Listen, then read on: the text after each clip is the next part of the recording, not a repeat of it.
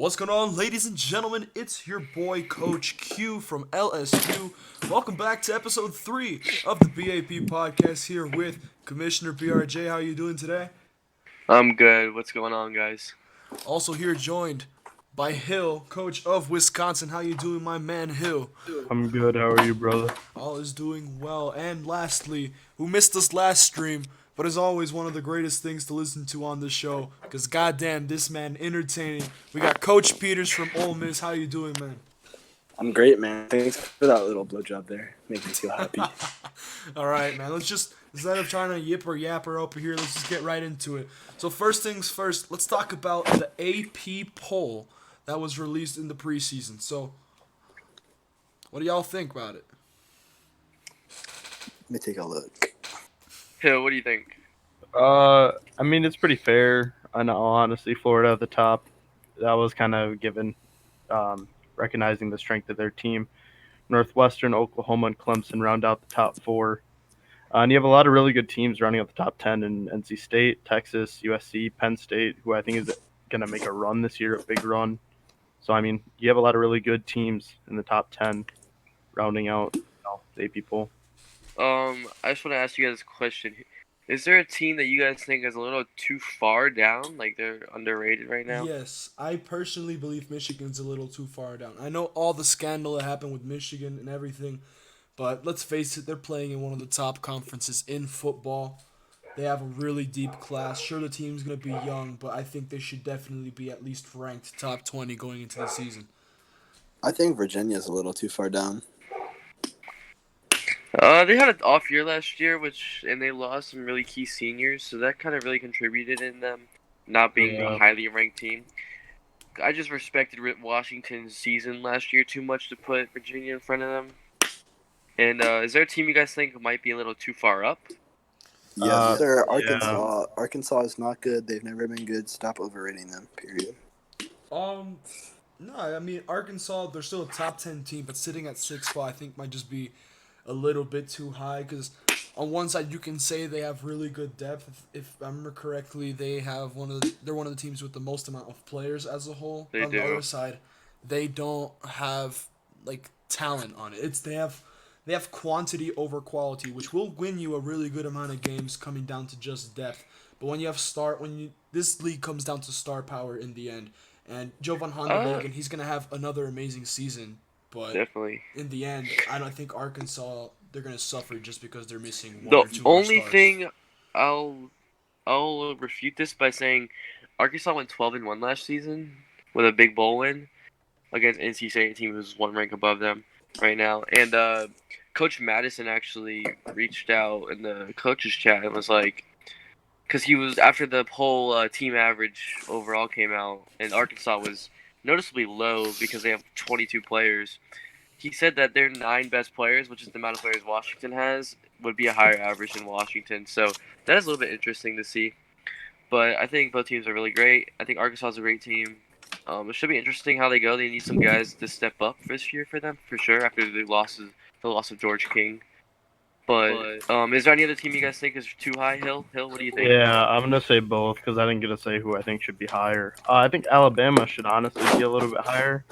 I mean, you got to remember they had a really good class. They're going to be just as good this year coming up. So I think they're going to be one of the top teams to watch for. And I think a team that is ranked too high, in all honesty, and I know this is weird to say because they're one of the lower ranked in the top 25, is Miami. Like, Miami didn't really have a good recruiting class. I don't expect them to do a lot this year. I don't know about Miami. I think they should be out as of right now. Actually, okay, so I'm gonna just Go say ahead, something Peters. real quick. One, I disagree with you about Alabama. Yes, their talent's insane. They're gonna be a top 10 team very soon, but this year they're not there yet. That's just my opinion. And another thing, I think a team that's so highly overrated, USC. I mean, like, they got some talent, but I just don't see them doing that much this year. And I think that the only reason they have this ranking is because of Coach Burks' name. I don't think they're going to do that much this season. Next year, I mean, they probably will. And the year after. I think they're going to drop a little bit, in all honesty. I mean, you have Washington, who right now is obviously the Pac-12 favorite. In a few years, I could see USC being the top favorite, but I think they're going to drop. But I don't think it's going to be too far. I could still see them being a top 15 team just not in the top 10. You know what I mean? Yeah. Yeah. One thing that I would like to mention, which I just thought was really interesting, was the amount of teams that are in this top 25 that if insanely young teams. We have a lot of teams on the rise. Mhm. A lot of teams that have young cores that could potentially challenge in one, maybe 2 seasons, or maybe even this season if they have the type of luck like let's say Washington had this past season. Right. Um, Teams that I personally would mention in that breath: Alabama, Minnesota, Wisconsin, LSU, Cincinnati, Michigan. Those are just to name a few right off the head. Here's But here's the Definitely, thing I though. agree. like I'm the gonna teams name are one really big young, and I difference. think that's really what's gonna like divide these top teams such as Florida, Northwestern, Oklahoma from a team like let's say Wisconsin or Minnesota. Just that age gap, because in the end we know that all these teams are really talented. You could honestly say talent wise, teams in the top 20 could potentially just be an insanely good team. But See, when here's you the thing take it though. down to experience, I think that could definitely cause factors to see who wins and pulls out the big games. When you're looking at this Washington team, okay, they're not a bad team by any means. But if you're looking at the talent of schedule that you're getting, you're going to look at how much more these players in other conferences are going to be developing. Because instead of playing all these bum teams every week, these Alabama players are going to be going up against the best teams every week. These Wisconsin players are going to be going up against decent teams. All these players on these younger teams are going to be going against tough teams. But when you're looking at Washington, I just don't see their growth continuing, because at a certain point you have to understand that the level of competition you're playing is not going to elevate unless you somehow manage to bring in consistent higher classes. And I think with Coach Rose, I just don't see him doing that. He brought in a few good classes, but I just don't see it continuing, and I think he's going to fizzle out soon, unlike these other newer teams in tougher conferences. It's a hot With take. Washington, I think this upcoming class will be the most important class in his career when it comes to if he can win a national championship this season or next season. Because with Part Reese and Jax Murray, those are two guys that are definitely program builders. As you can kind of compare them to a Jabril King and Devontae Hardy, is you just got to build around those two guys, and that'd be interesting for them. But that's off topic. But about Alabama, I want to talk about Alabama a little bit and Wisconsin, and they're kind of in the same category about this. They're both really young, and they also play some really great opponents, and they will have a gauntlet of a schedule. As Alabama's in a wide open SEC West with Arkansas, Mississippi State, LSU. Just there's so much talent in that conference. And then Wisconsin has to play one of the craziest schedules I've ever seen. They play USC out of conference, and they play and then in conference they have Northwestern, they have Penn State, they have Minnesota, they have Michigan. They play all of these great teams. So it should be really, really interesting to see how these two teams play out. Will there be growing pains? Maybe. That's just what we'll have to find out this season. Is there any other notable top 25 teams that are too low, too high to you guys? I Uh, mean, not Not off the top really. of my head.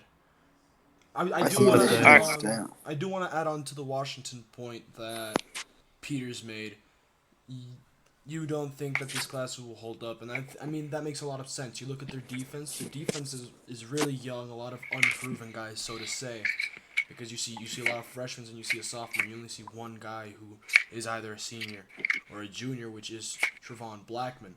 However, you look at their offense and you look at this team's ability to put points on the board, and the question doesn't become, can this team play all around football? The question is, can their opponent outscore them? Because That's true. Partreeze, he's a Their sophomore. offense is He's a amazing. 95. The kid is insane. He threw for over 4,000 yards last season with 45 touchdowns. His wideout options in Jax Murray and AJ Mahoney both had 1,000-yard receiving seasons with double-digit receiving touchdowns, and that only gets added onto with Jax Murray's not only 5 rushing touchdowns, but also 3 special team touchdowns in that regard. And then you might say, Okay. oh, but who they got in the backfield? Drake Brown, coming off of basically 2 1,000-yard seasons. The season at Washington hampered due to him sitting out due to transferring, but with virtually 10 touchdowns. This team defensively, I understand where you come from with the fact that maybe depth-wise they won't be the most insane team, or they'll suffer because their classes aren't as insane as other teams. But the question just becomes, who can outscore this Washington team? Okay, that may be true, and I'm not taking away from what a talented team they are offensively. But you also have to take into account their stats are so boosted. Okay, if you're putting these players in a tougher conference, their stats are going to go down significantly. I'm not taking away from their talent, but you also have to understand that even though they look impressive on paper, it's like in real life when you're looking at a Big Ten team compared to a Big 12 team compared to an SEC team. It's just not the type of offense that you get playing against the defense in the Pac-12.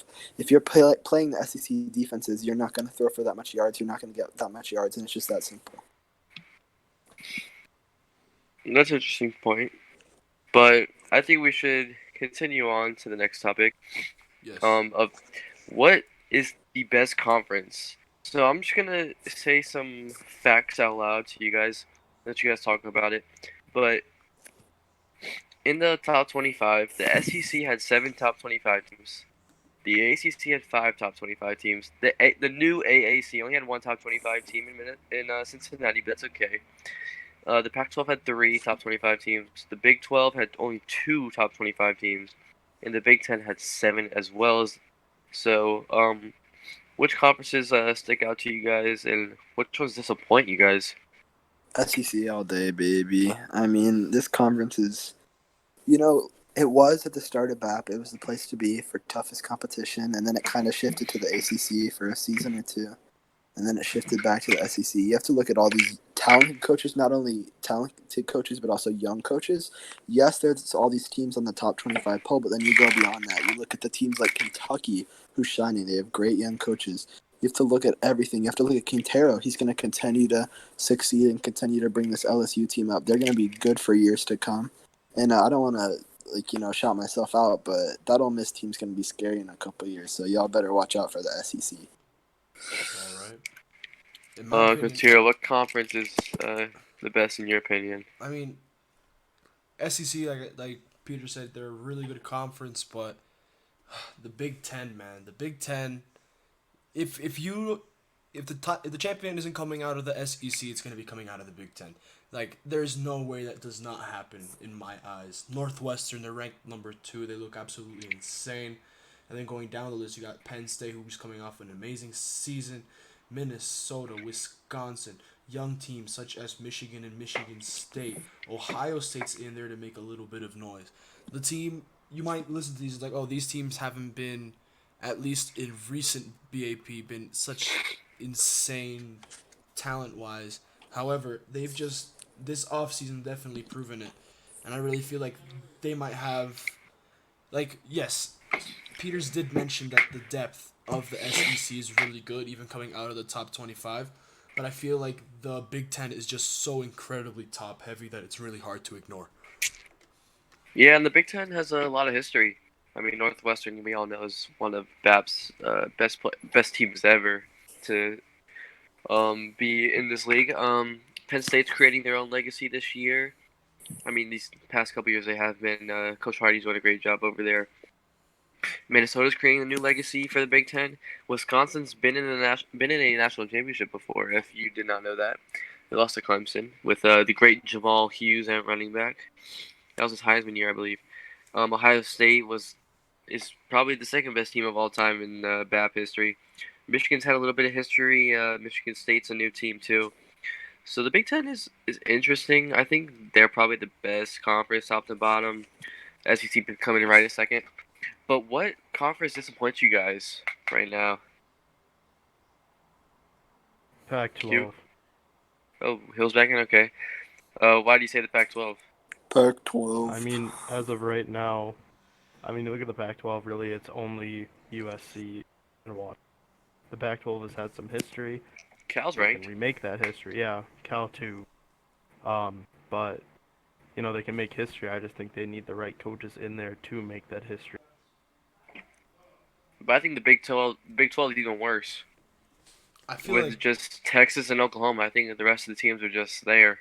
I think it's just disappointing because you think of the conference that it has the reigning champions in Oklahoma. You think, oh yeah, they're gonna have an amazing conference.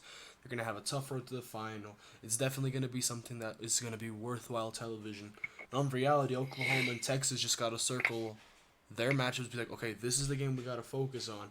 And then for the rest of them, it's like, I, and you can see that might even hurt Oklahoma or Texas in the ranking as a whole. And I think it's just Yeah. disappointing that despite winning a national championship, the conference that has that reigning champion isn't able to have more people go into it. Like that could be a very good point to bring people in. Like, hey, we have the reigning champs. You guys should definitely come. We need to compete with them. And I just think it's a shame that teams such as Oklahoma State really fell off. Sure, they had a lot of graduating people, but you can just pin Yeah. it down not only for Oklahoma State but to other teams in the Big 12. Lack of owner activity. I think we might be seeing a decent amount of firings coming out of there very soon. One team to look out for in the future is West Virginia. Obiago's doing a solid job over there. He's building slowly, but he'll definitely get there soon. I think. I think he'll have one big class and he'll be right there. But yeah, Oklahoma and Texas both don't have a great schedule, but I did get both of them in a kickoff classic game. Texas going up against SEC West team in Alabama, and Oklahoma playing top 10 team in Penn State. So I think that'll be it for our conference discussion. Let's go into the kickoff games. Let's talk about these kickoff games. Go for it. So this season in BAP, we have 5 big kickoff games start the year. Something we've kind of sort of had, not in the previous couple years, but like about a decade ago. I think Wisconsin was in a Chick-fil-A game before, kickoff game. So, but this year I've decided to do it in the Bell College kickoff. It's just the Bell College Kickoff Classic. We have number 14 California facing SEC team in Auburn, and the unproven Auburn team led by former Oregon Coach Wright. That should be an interesting game, I think. Next we have the Advocare Classic between number 3 Oklahoma and number 7 Penn State, 2 top 7 teams. This should be really, really interesting to see how that goes. Number 13 Minnesota against number 4 Clemson in the Chick-fil-A kickoff game. Number 10 Washington versus number 11 Virginia in the Camping World kickoff in Orlando. And number 8 Texas versus number 12 Alabama in the Advocare Texas kickoff. Alright, so let's go game by game and discuss each game and do predictions. We'll do predictions after we discuss each game. So we'll start with the Bell College Kickoff Classic. Cal, Auburn, what do you guys, or Peters, what do you think? I'm kind of impartial, but I think That's the Cal true. team is a good group. They're an active group. They are passionate. And this Auburn team, they got a good young coach, not a young coach, but they got a good coach. And, you always got to credit them with that. And they're going to be a great team in the future. But I really see Cal taking the win here. Q? I mean, it's really hard to look at this game as a whole, in my opinion. You don't have to make a prediction. Just talk about it. What do you think? What should we watch for? I mean, Cal looks really good. Auburn, they have really young guys. I think if we're going to really look at anything, it's just can these Auburn guys really prove it to see if they're going to be a worthwhile matchup to the big boys in the SEC, or if they're just going to be another team that Florida just beats by 40 on their route to beef up their stats. Hill, are you here? Yeah, I'm here. All right, let's go to the next game. The Advocare Classic, Oklahoma, Penn State. What should we look for, Hill? Give me a second. Hold on. Or Q, you can start. Yeah, if you want. start. What we should be looking at is who is going. First things first. How is Elijah Watson Jr. going to fare in his debut for Oklahoma? He has massive shoes to fill. Jabril King, one of the greatest BAP players ever. The guy won 2 Heismans, and now Elijah Watson. Not only does he have to live up to the expectations of the quarterback right before him on the team, but he also has to live up to the expectations of the quarterback right before him in his family, and his father, Elijah Watson Sr. Second And point Sean, that I his wanna- brother. Yeah, it's true. He has to see Or cousin. and see how he can. Uncle. What's his uncle? That's his uncle. Sorry. Yeah, dumbass. I was about to say. That's his see how he uncle. Sorry, handles it. guys. And then another point that I want to make is which wideout's going to be stepping up for Oklahoma. Now, Kayvon Battle's definitely expected to do that, but with Russell Armstrong being arguably the best wide receiver freshman coming into the nation, along with Amante Gold, KJ Jeffries, you can definitely see how that team, who's going to be the number 1 wideout right out of the gate. Battle obviously is expected to get that, but no, it's not for sure. Battle will be, but Russ will be good for sure. Either way, anything can happen. We saw last season Partrees come out of nowhere, so for all we know, anything could happen. For all we know, This is Sheldon this is Harper can Battle's have a team now. maiden. For all we know, Sheldon Harper can just appear out of nowhere for Oklahoma. You never know, man. What about Penn State, man? Are you guys sleeping on Penn State right now? Hell No, no. Anyone want to talk about Penn State? Hill, you got that? Yeah, I got it.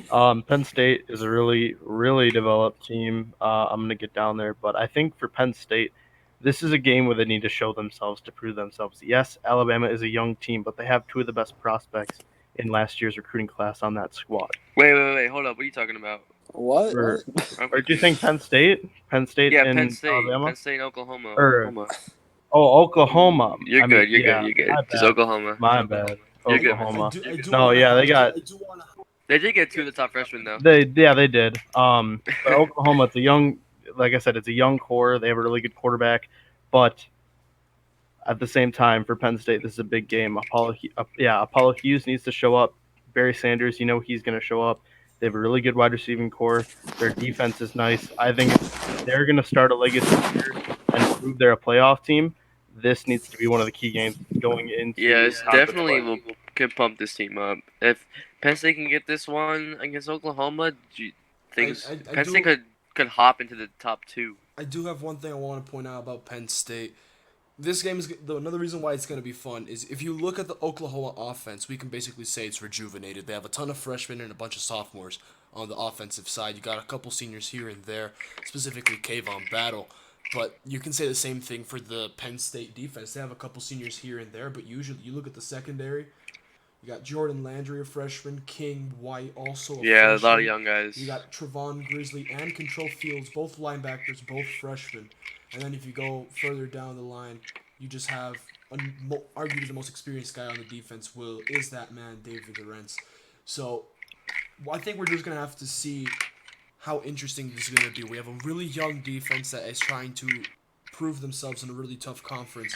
I think both defenses are a little young and gotta show if they can man up and do it themselves, so they don't need the offense to carry them. As you can see, last year Oklahoma's offense definitely carried that team. Oklahoma's defense wasn't bad. Don't get me wrong; they were a good defense, but their offense was just amazing. That's a big reason why they won the national championship. And with Penn State too, they have the best running back in the country according to last season's awards. So their defense has to show they can do it. And I think Mr. Adam Cooper, the sophomore defensive end, he is becoming one of the best defensive linemen in the country. But Oklahoma also has one of the best defensive linemen in the country in Rayshon Meisel. So it should be very interesting to watch this game. Yeah.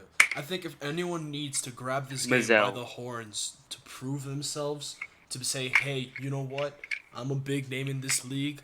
I'm the one that's going to take up the mantle of the best player in the league, potentially. Apollo Hughes needs to grab this game by the horns more than anything. But I feel like both quarterbacks could do that. Or even Digel Xavier Watts or Kayvon Battle. Or Tavon Peters. Hey, yeah, Penn State's receiving core is really, really good. Really, really Yeah, good. they are. They have 394 plus 97, guys. 94, 93. Yeah, they're really good. 8. Yeah. They have 5 wide receivers that are 80 plus. Yeah. And 3 are 93 plus. So we'll see if Oklahoma's DBs can hang around. Maybe this Penn State offense is about to just go crazy. Maybe Oklahoma's offense is about to go crazy.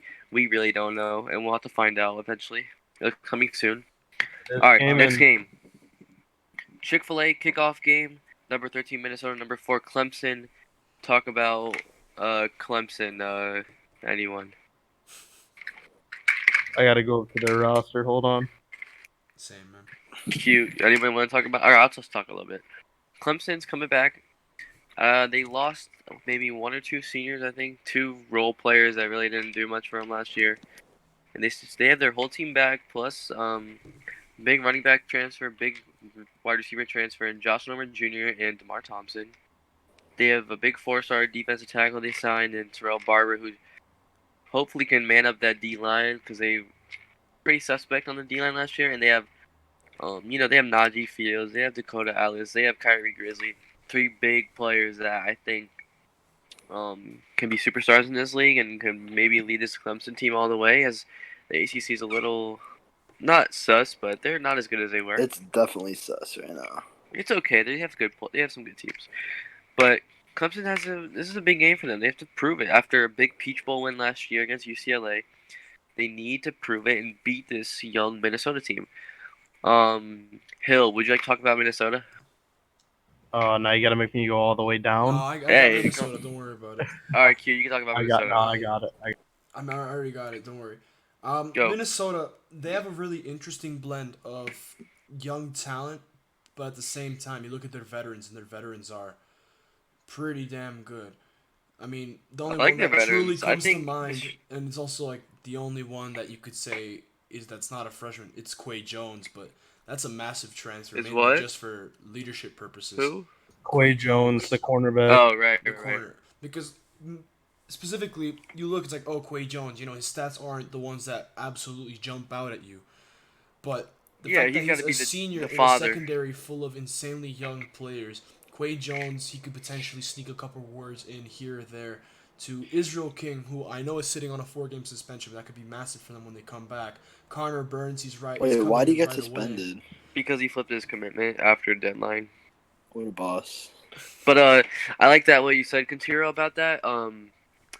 Quay Jones definitely might not be the star Minnesota once or will have. He might not be a star in his one season there, but he definitely will be a great leader for those young DBs and can possibly help them. As we saw with Penn State last year, Alan Walden was a senior who transferred to Penn State as a defensive lineman, and he really helped Adam Cooper develop and shine and become a really great defensive lineman. So I think we could see the same thing happen with Minnesota and Quay Jones. And it's one thing I want to talk about with Minnesota is this game could really be like, if they win this game, this will show that they are for real because they have a group of sophomore guys and Quay Jones, of course, that just haven't proved themselves yet. The quarterback Jair King hasn't proved himself yet. Victavian Lynch Jr., the receiver, hasn't proved himself yet. So they all just have to prove themselves. And I think this is a very big game to show that you are here and you are here to stay. Anyone else want to talk about Minnesota? I just have a Oh, lot of faith in go Jair ahead. King. That's it. That's all I wanted to say. Got a lot of faith in the kid. I think one of the top things, though, and arguably one of their best recruits that they got was Javon Cortez. He needs to really step up as a freshman. He needs to show his leadership because obviously he's the face of this defense right now because of Quay King being so old. He can be the face of this defense. On both sides of the ball, they're really young, but if they can get the defensive side working, especially because they have really good numbers all around through their defense, really good players, they can actually start, being a really big team, a really big, force to reckon with in the Big Ten. Yeah, that front seven's really, really young, but they're really, really good. As their average right now is their average overall is at 83.3, but they have 18 players, which is tied for 5th most. I do want to look at something interesting that I realized. If we look at the Clemson defense, the two names that, at least for me, that jump out of the page right away is linebacker Dakota Atlas and safety Kyrie Grizzly. Right. Now, where else could we potentially see this happening? Minnesota. They have freshman Javon Cortez. I almost said Carter, my bad. But Javon Cortez, freshman linebacker. And who's chilling at safety who's also a freshman? Warwick Bush. Two of the highest touted prospects coming in. They're facing what they could potentially be in 1 or 2 seasons. Because Dakota Atlas and Kyrie Grizzly, two of the best duos on a defense that we've seen in recent BAP history, I feel. Yeah, Minnesota's pretty similar to Clemson, I would say, too. Jair King's game, you could say, is pretty similar to Najee Fields. So, yeah, that's a really good point. I like that. One thing about Clemson, I think their offense has gotten a lot better as a group. Last year, they weren't as great. They had to depend a lot on Najee Fields' legs. But I think this year they have a great balance with Josh Norman Jr., the UCLA transfer at running back, big receiver pickup in DeMar Thompson, and just that whole receiving core in general, gaining experience and getting better as a group. So this Clemson team should be interesting. This whole game, I think, should just be interesting to watch and see how it plays out. I don't know. We'll see how it goes. All right, let's head to the next one. Camping World Kickoff. One of the I think this is a really anticipated matchup. I think this would be a cool one to watch. Number 10 Washington and number 11 Virginia, both ranked right next to each other. What do you guys? Let's talk about Virginia. Peters, if you want to talk about Virginia. Yeah, I'll go for it. I mean, Virginia, they're coming off not their best year. You know, they were a contender right from the jump in era 2, you know. They're a great team. They had a great coach. Well, they have a great coach. And then when you look at Washington, great coach, great young team. But I also think that team is, and I'm just saying this because but I also think that team is extremely overrated. And I think that even though I think Washington has a better future than Virginia, I could see Virginia being extremely motivated and, you know, coming out of nowhere and just taking a very small victory. See, what I'm thinking as I look at this Virginia roster is Jimmy Whitten is really the only young player on this roster. You have Tayon Holloway, who's a senior, Nick Knight Jr. is a senior, Luke Flair is a senior, Declan Edwards is a senior. They're all his receiving core is a senior, and they don't have a running back really on the roster. So I think for Jimmy Whitten and Coach Brewer, I think Whitten really needs to show that he's a real deal. He's a really good quarterback. Because with all these seniors on the roster, they're going to have to pick up more wide receivers and a halfback next season. So I think this season really is, for show that, hey, we're a good team. We need to step it up. We weren't the team that we were last year. And I think Virginia might take this game just because of the depth on offense and really the depth on defense. Yeah, Virginia is definitely coming back with some vengeance, I would say, after not even making a New Year's Six Bowl last year. They've got a lot to play for. This is the last chance for a lot of the seniors, and as you were talking about. So, I think both teams have a lot to play for. It could really boost. Obviously, winning one of these kickoff classic games will boost you in the ranking. Can really kickstart your season. But Virginia's got 3 senior receivers who just they know they didn't perform as well as they needed to last year. But also, Virginia has the best safety duo in the country, which could really help them. They have they have a lot of experience on that defensive line, which can really help them. But their linebacking core is a little weak right now. Not gonna lie, but they have freshman AJ Andrews, who's looked to be a little bit of a coming in trying to be the next Joel Jones, maybe. We shall see how that turns out. But let's talk about Washington. I know Quintero loves his David Part-Reese, so we'll let you talk about that. Man, y'all. I mean, look, I just love the Washington offense, man. Okay, look, Brown, he's an amazing running back. He really is something special. You look at the wide receiver core, AJ Mahoney. He's definitely something really special. Hold up, I suck with names right now. I'm trying to pull up the roster because my internet fell. Jax Murray, receiver. Yeah, Jax Murray. I've seen him. Kid also works amazing. But as I got exposed for, got a soft spot for David Part-Reese, man. I mean, who can hate this guy? I think you got a hard spot for David Part-Reese. No, but he's a really good quarterback. The fact that as a freshman he was contending for that Heisman, that just says something. And he's going into his sophomore season as an insanely high-rated QB. You can see that his weapons are already on offense. And sure, we mentioned it earlier on the lack of depth, but this kid knows how to sling it. Like, not much else to say. I think the key for Washington is going to be Partreese to Jax Murray all day long. If they want to win this game, they have to keep doing that. Partreese to Murray. Mahoney's good, but Virginia Murray has cornerback Cooper Coleman, who will have to take on the duty of covering Jax Murray or AJ Mahoney, either one. So I don't know. Coleman's a great corner, and they also have great safety. So it should be really interesting to see how Washington does against this really good Virginia team, and it should be interesting how Virginia's offense does against a very young but pretty solid Washington defense. I mean, as Washington defense did get a lot better this offseason. Cannot say they didn't. Yeah, speaking of the Washington defense, a guy that at the start of the offseason you heard a lot about him, but now you barely hear anything about him. That boy Dexter! Dexter Oh my Simmons, God. man. He'll be going up against his brother Trayvon Simmons, who's the safety at Virginia. Definitely looking forward to that. Trayvon's definitely a little bit better right now, but Dexter he'll make some plays, man. I don't know. Dexter. Don't sleep on Washington linebacker Jeremiah Marico, and then the other safety Dante Khalil. So Washington's got some guys who can make plays. Let's go to the next one. Add the last one. Advocare Texas Kickoff. Number 8 Texas. Number 12 Alabama. Who wants to talk about Bama? BRJ, you should definitely. I got Texas Bama. first, baby. You can talk about Bama. Go ahead, Well, Mr. Hill. Bama has arguably, well, they were, I think, the two best prospects coming into this class, in Jalen Hill and Matt Renfro. It's going to be pretty exciting actually to see those two had their first debut in Texas. But I think what's going to be even more fun is to see Renfro to his receivers. Hold on a second. Joshua, man. Y'all slept on him last Joshua episode. and King Keen and the freshman Howard Hogan. He is a really good receiving core to start out with this year. I think we have another one too. Another freshman who's pretty good. Yeah, Kai Drake. Yeah, I think he's pretty good too. Yeah, he's not bad. He's a 76, but I mean, if you're looking at this team, it's going to be good. Joshua started as a 76 as a freshman. Yeah, now he's a 93. So, if you're active, you'll be good, man.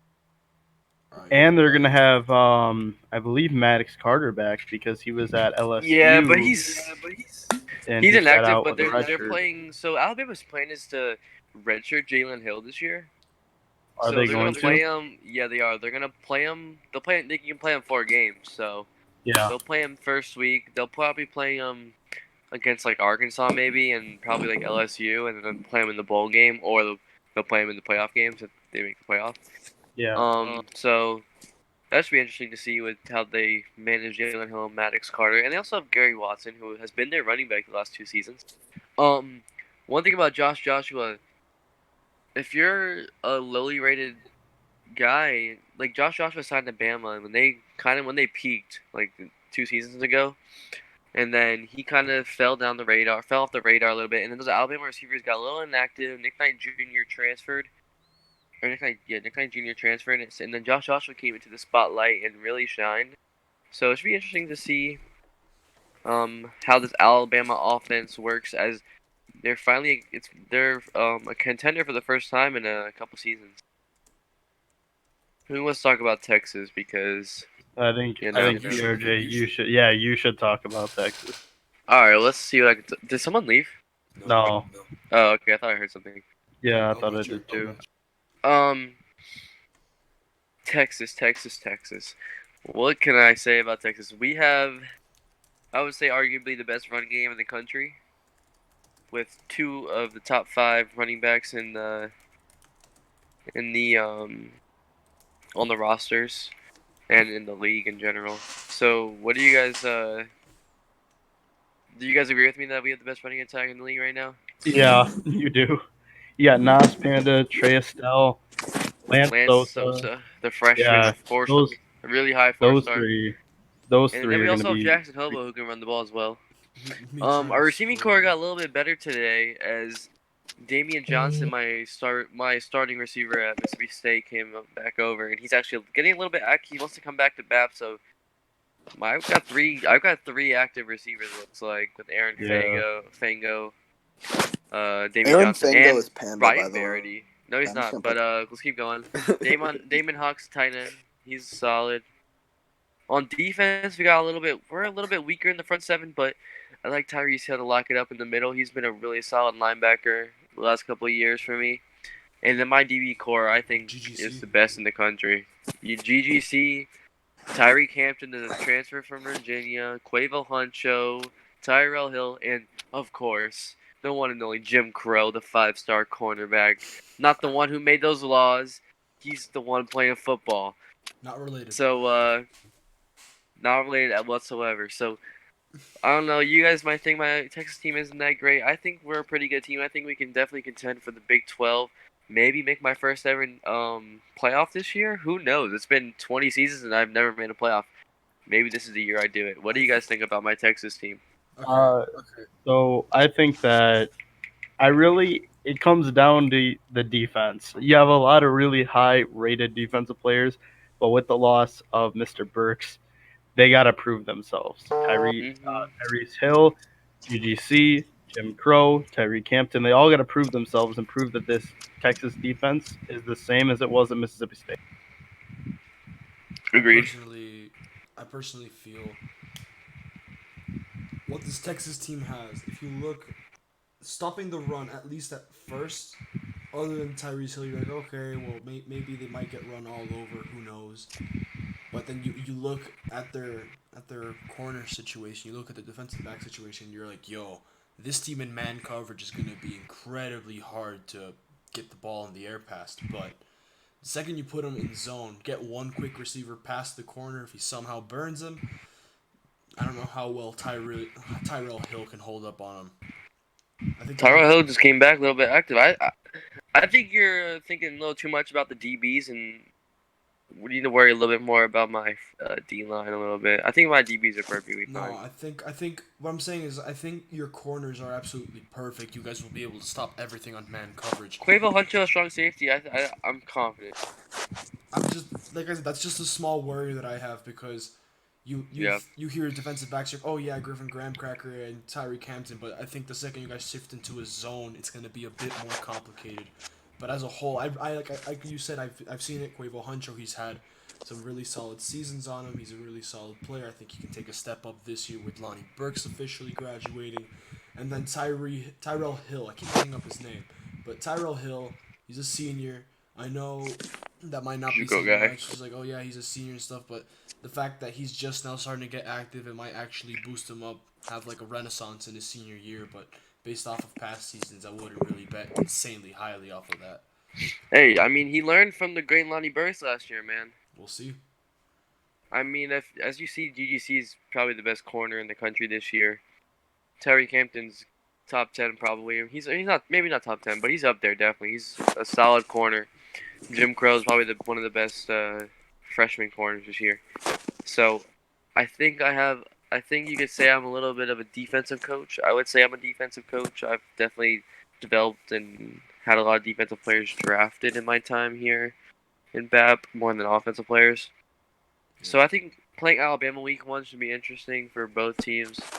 Gives us both a little bit of exposure as we're both new to the spotlight, I guess you could say, maybe. And it should be a fun game, win or lose. I always enjoy everything, so. All right. I think we should be moving on to. Let's go to predictions. We're going to talk about predictions. We'll go real quick. Is Peters in here? Yeah, he is. Yeah. Kind of took a nap. Okay. Over All right, let's go. Belt College Snapchat. Kickoff. The Belt Kickoff game. We got number 14 Cal and Auburn. Who you guys or Hill? Who you got? And score. Give me 1 second. All right. Starting off with the Texas game, Texas versus Alabama. No. Belt College Kickoff. Oh, Cal Belt? and Auburn. Who you got? Cal and Auburn. Oh, my bad. I think Cal is going to have this game. I think it's going to be a decent scoring game. I'm going to go with 24-17 on this game. Quintero, who you got? Close game all the way until the end. I have a little bit of faith that Auburn, they just have a little bit more of a chip on their shoulder to prove Cal off.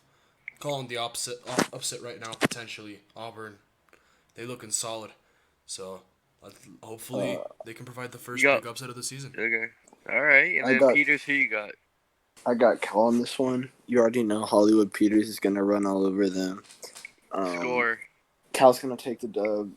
Let's say 28-13. All right, next one. Advocare Classic, number 3 Oklahoma, number 7 Penn State. Hill, who you got? I'm gonna go with the upset here. Penn State's taking this game. I think it's gonna be a 28-17 game. Wait, who'd you say? Penn State? Penn State 28-17. Okay. I don't know if Oklahoma's offense is gonna get it going. In all honesty. All right. Quintero, who you got? Penn State.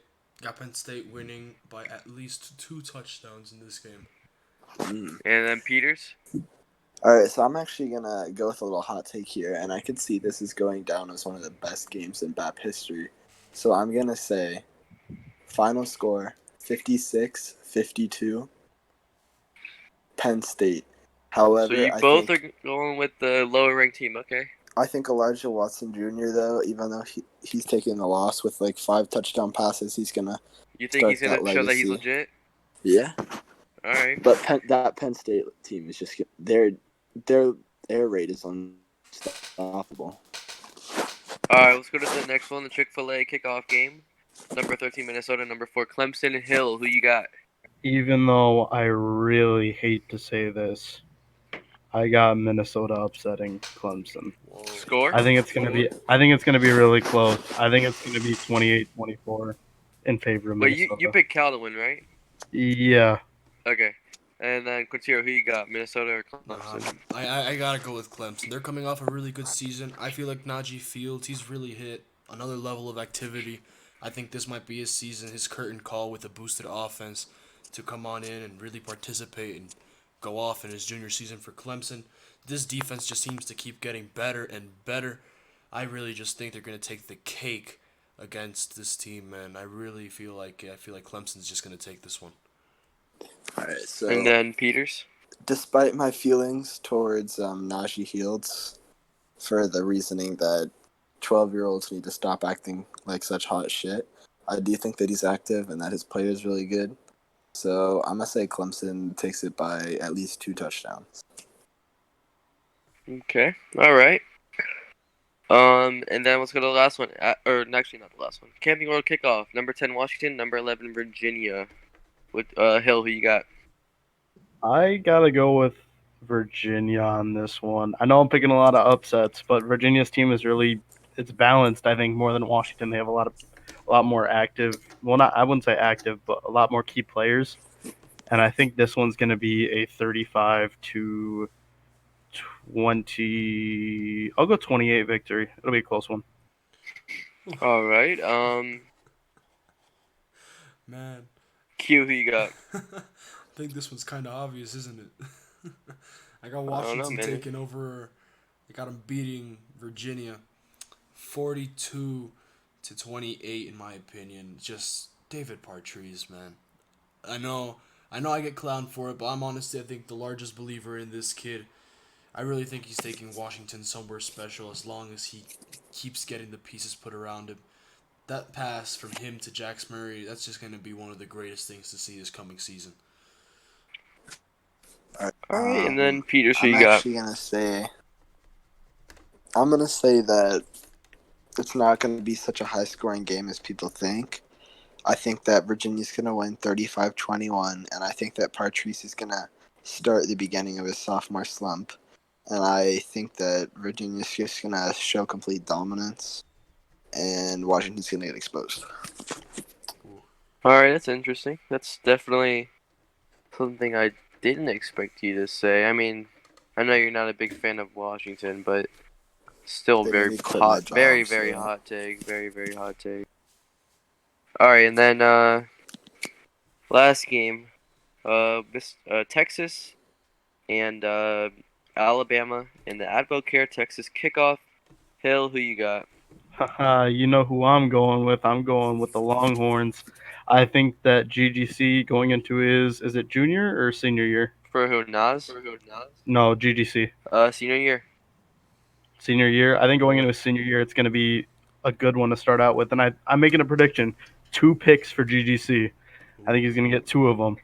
And I think that Texas is going to take this game by a score of 42-24. Yeah, that's a fair prediction. But I think just Nas Panda, and then the second Nas Panda, who's already a workhorse, gets tired, you just plug in Trey Estelle Jr. And then if that just goes off, if they're both absolutely exhausted, you just plug in the freshman Lance Sosa. God damn, this team, Texas is going to try to run all over Alabama. Texas, I really feel I like mean, the Longhorns are going to that's the take plan it. for every team. We're gonna try our best to run against everyone. No, but But they're really going to get it going. But it's not gonna be just let's just feed Nas Pan until he's tired. It's gonna be I think it's gonna be an attack that we're gonna try to get everyone fresh and make sure that not every player gets a chance, not that they get a chance type of thing, but that we know we can utilize our running backs in different ways, so we will do that. I think Lance Sosa is really going to make a statement. Despite being the third string running back, I think he might have He'll one definitely score. get his chance He's to gonna have a to, score. to score and I play think this he's gonna season. have a score. Not the chance to score. I think he's gonna score. Love this Alabama team, but also an absolutely amazing team. But Longhorns just seem a bit more well-rounded. I really feel like this Longhorns team is gonna run all over them, 28-14. And then Peters, who you got? I'm gonna take Texas because then you're gonna boost my team. No, but actually though, I don't see anybody No, for stopping real, what do you Texas. think? I don't see anybody stopping Texas's running attack, so I think Texas is gonna win 28-14 with all their touchdowns on the ground. All right, that's interesting. That's interesting. Let's go All on right, to should the we next just one. head on to the next topic? Playoff dark You want to horses. introduce it, Quintero? Go ahead. Yes. We're going to be talking about playoff dark horses, and following that, we're going And to be talking about teams. the potential Heisman dark horses. But first things first, let's address the teams that could be dark horses or just surprise the general public into making the playoffs. All right, Hill, you want players you got in mind? I got 3 that I have in mind. 3 guys that you did not put on the list. The first one, even though I don't think Coach Peters likes him, I think Najee Fields is going to be a dark horse. I mean, We're talking playoffs right he's. now, man. Oh, playoff? I thought you said players. No, I said But playoffs. later. He said and then later. He said Oh, later. Don't worry oh, about it. late. Oh, You're cool, bro. playoffs. You're cool. Penn State. Penn State. I'm tired as fuck, but Penn State is going to be one of the teams that I think it jumps into the playoffs. Another one, I could see Texas going in. I think Coach BRJ, I think this is the year that Texas could make a run, if not Penn State. Peters, who you got? What's the game? Bro. Playoff dark horse. What team? Oh shit. Let me see. I think Texas for sure. I think as much as I hate to say it, if I'm wrong about the Virginia game, I see Washington as a dark horse. And if some crazy shit happens, I don't see this happening, but I think there's a 2% chance that Minnesota somehow makes it out of their conference and get a playoff bid. All right, for me. All right, that's interesting. Q, who you got? Well, as much as Brooks hates plugging me, I'm going to plug him. I really feel like this USC team is an outside shot to make some noise. If they can definitely top the Pac-12, they can definitely get in, or at least be in heavy consideration of getting in. If it's not USC, you guys already know I got to roll with Washington as well. Just that man's gunning for a Heisman, man. That Partreese kid, he's special. He's definitely something special. And very similar to what Peter said about Minnesota, I think Wisconsin can be that team as well.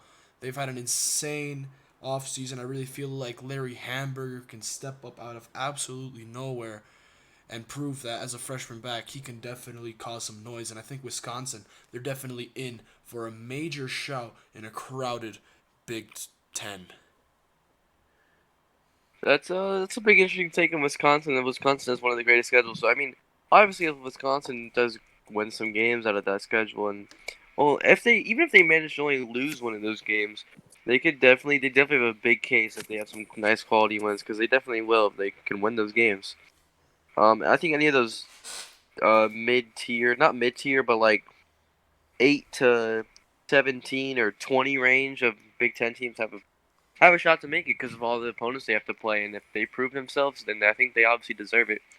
But are there any teams like from rank number 20 on that you guys could possibly even see making the playoff? No. You All could right, argue I do. Michigan, but All right, I see the Miami Hurricanes making the playoffs. Okay. In the 4th seed. stop clowning. Led What by about the Ghost Bears, As baby. Cincinnati? Stephen A. What Smith about once Cincinnati? said, stay off the weed. What about Cincinnati? They're a good Number team. Not yet. 19 right now. Maybe next year. Yeah, they're pretty young. I don't know if they can compete with the older teams. You know what I mean? I don't think that's the issue for Cincinnati. I think they're going to have a similar situation to Washington, but it's just going to be way worse. in the sense that a lot of people were discrediting Washington, like, oh, they had a weak schedule, even though they went undefeated. But you could still say, okay, well, they went undefeated, but their conference wasn't that bad. The AAC this coming season looks very unimpressive. You're expecting Cincinnati to absolutely steamroll it, at least for this coming season. And Agreed.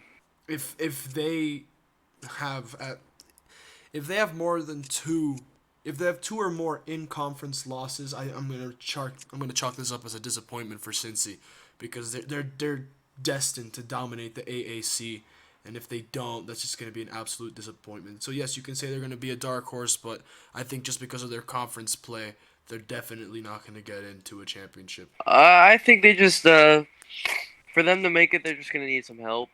They're just gonna need some help from the other teams just to beat up on each other. Who are they playing out of conference? I don't think, now that I think about it, I don't think they really scheduled anyone. Actually, I can take a look right now. Just give me 2 moments. Hold up. You gotta remember with Cincinnati, just looking at their roster, they don't have a lot of high talent. I mean, there's 3 players outside of the 80 overall. They got a lot of guys that need to prove themselves. Correct. Yeah. Yeah, they have a lot of guys that are gonna have to prove themselves like now. Nah, their best game is Navy in week 13. Yeah, Navy with UCF, Bowman. USF. You know. You know what? I'm gonna take a guess. I should have scheduled them a Memphis good is team, but I beating forgot Cincinnati. to. Memphis. Yo, Molesta! Molesta, the Cincinnati He's the molester, Cincinnati. I guess. Yeah, he's the Cincinnati killer. Molesta the molester, you feel me? He's gonna Oh, molest. I Cincinnati can't believe we've defense. gone 2 episodes in a row talking about a 3-star quarterback on the AAC team. Bro, he's a goat. You know, beat RJ, dude, he's the next one. Alright, let's go on to the next topic, Quintero.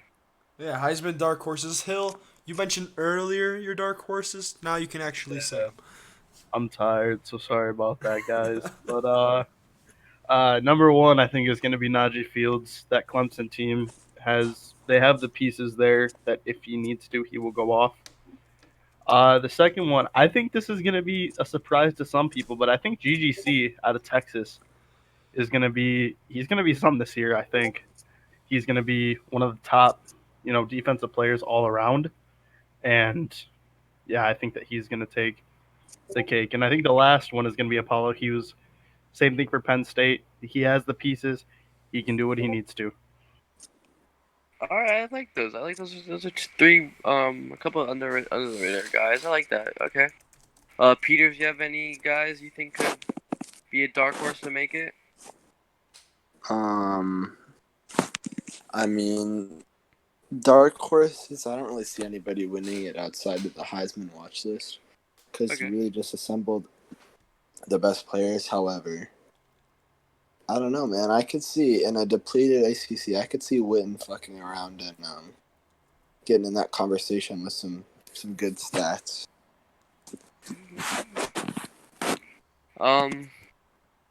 Quintero, you got any guys? Now, I just gotta go off of exactly what Hill said about Najee Fields. I really feel like he can take that step up. If But Minnesota can he have, overshine? Can he overshine to go to that list? why can't they both? Can they? That's the question. Because one's gonna take away from the other one's stats. How? I don't That's know not if. necessarily true because offense, defense, but Oh, is he on? Oh yeah, no. Then I think they're both gonna be up there. Then. They're both gonna be up there.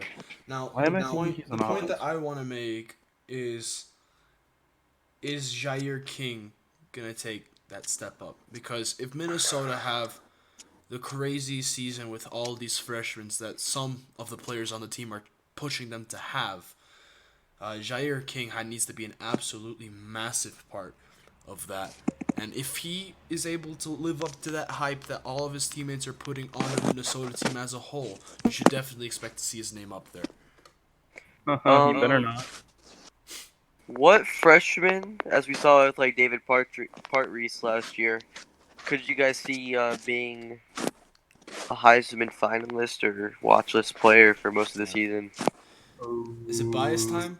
Yeah. It's bias Joey time. Bowden? Joey Bowden, baby. I mean, The 3-star quarterback? Okay. everyone's talking Mo Lesta, but I feel like Joey Bowden, he's definitely put a name for himself in as just a 3-star quarterback so far. He's really put his name in out there for this LSU team. And as we already said earlier, LSU's top 20 ranked. They're definitely looking to be up there, at least to potentially make an NY6 bowl. And I really think that with Bodine at the helm, man, Joey football is definitely going to be a thing in Death Valley. I really feel like he could be the quote-unquote surprise freshman for the coming season. The one guy I don't think anyone's really thinking about right now is Elijah Watson Jr. I think if Virginia has the I'm season, just kidding. if Virginia has the season that they had last year, it's not like they don't have the talent. I mean, obviously it's a little bit of a Virginia. step down from last You year, mean but you mean Oklahoma? oh, did I say Virginia? I meant to say Yeah. Oklahoma. But Jimmy season. I meant to say Oklahoma. Sorry, but Watson, if Oklahoma goes 13-0, they beat Texas, they beat Penn State, then I think Watson Jr. will definitely be a Heisman frontrunner. I don't know who else would be the star of that team. Kayvon Battle, yes, he could be. Maybe it's gonna be a more run-heavy team with Digel, but I think Coach Hughes is just trying to just keep pushing the spread offense, and I think Watson's definitely a guy to watch out for. That might be a little biased. I shouldn't really be saying that type of stuff, but that's just one think about. Rigged. Anyone else have any Heisman dark horses? I have to go biased. I have to go biased. You're not a freshman. What? I gotta go. It's for Well, freshmen. Is it hamburger helper time? Oh, it's Adonis Burke's time. Adonis Burks. I think Adonis. I hate to be biased, but Adonis Burks. It's I mean, okay. he has the young pieces in Kobe Clark, who had a disappointing year to my standards, but he had a JUCO quarterback. So what do you expect? I think Clark is going to be one of the, one of his top receivers, as well as Mizell. With Adam McIntyre moving over to cornerback, it's going to open their game up a little bit. And I could see if we do, as I hope we do, Burks is going to be the key player on that team to shine. I don't know. I got a soft spot for Larry Hamburger, man. That guy, he's gonna be amazing for that Washington team. Burks might outshine him and everything, but Hamburger might be the dude that quietly is the one putting up all the insane things. Yeah, I think both guys are definitely great players. I don't know, man. My offense is hard to tell because we have a lot of our offense is really active. They're good. You know what I mean? It's gonna be good. It's going to be real good. Also Next going to have to season, play Wisconsin some really should great get defenses. I know, and we need the activity for that, so it's good to see that they're active. That's really good. All right, next topic. Let's move into the final topic.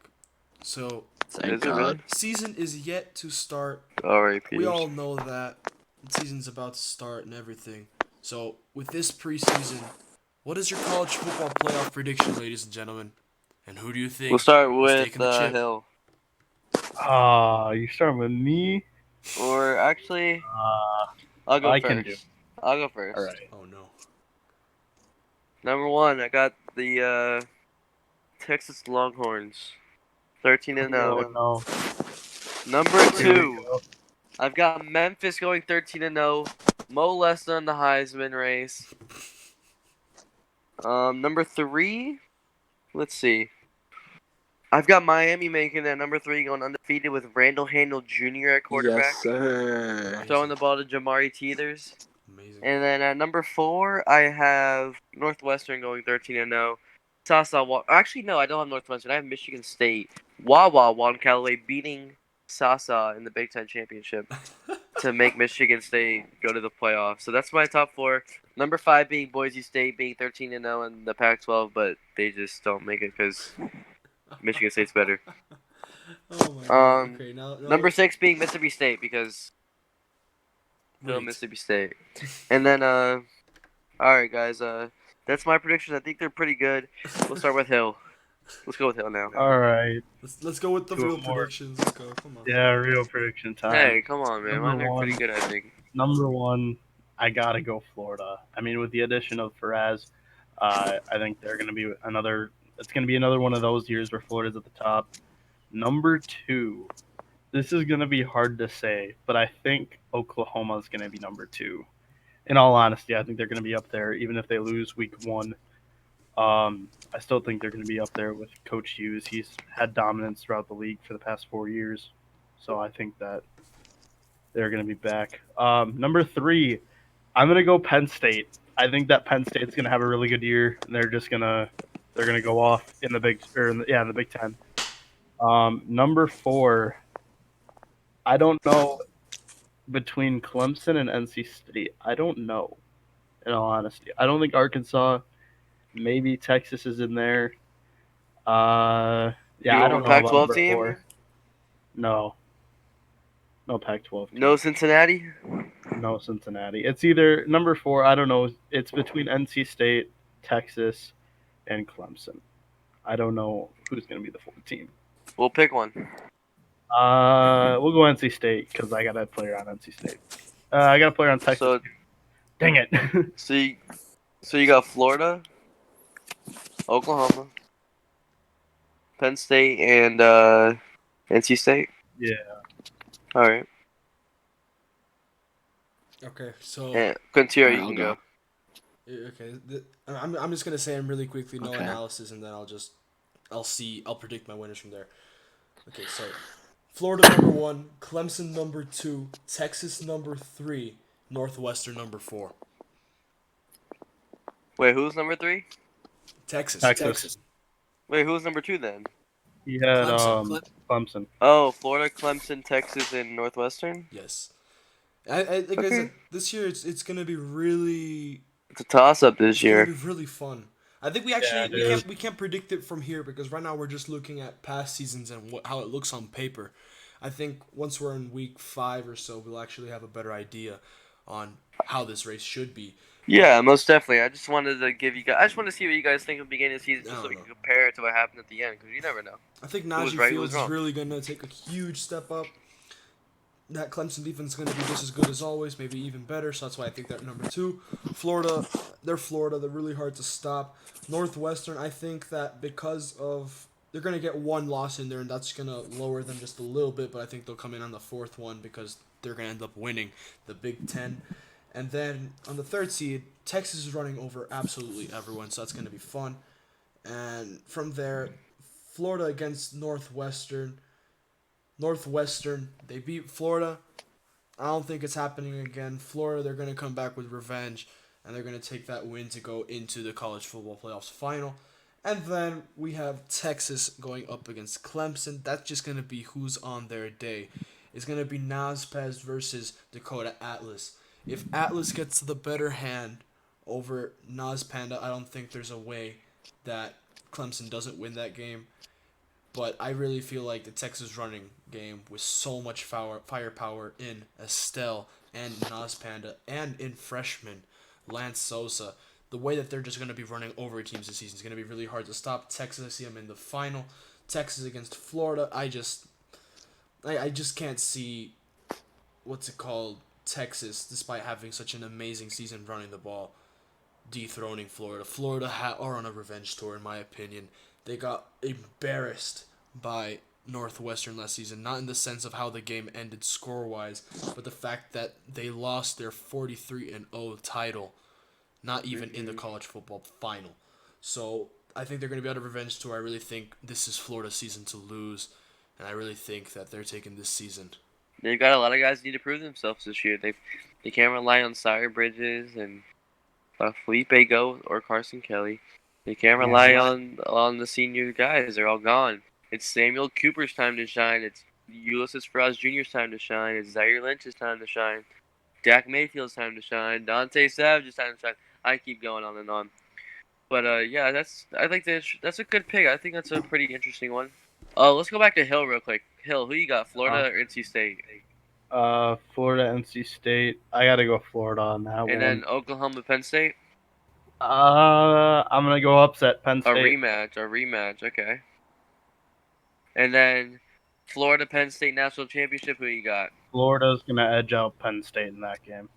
All right. And now Peters. Let's hope you don't have stupid ass top 4, but let's see what you got. I got the same top 4 as Hill, except for one major difference. Number 4. It's a hot take again. Number 4 is gonna be Cal. Okay. So you got winning all the games.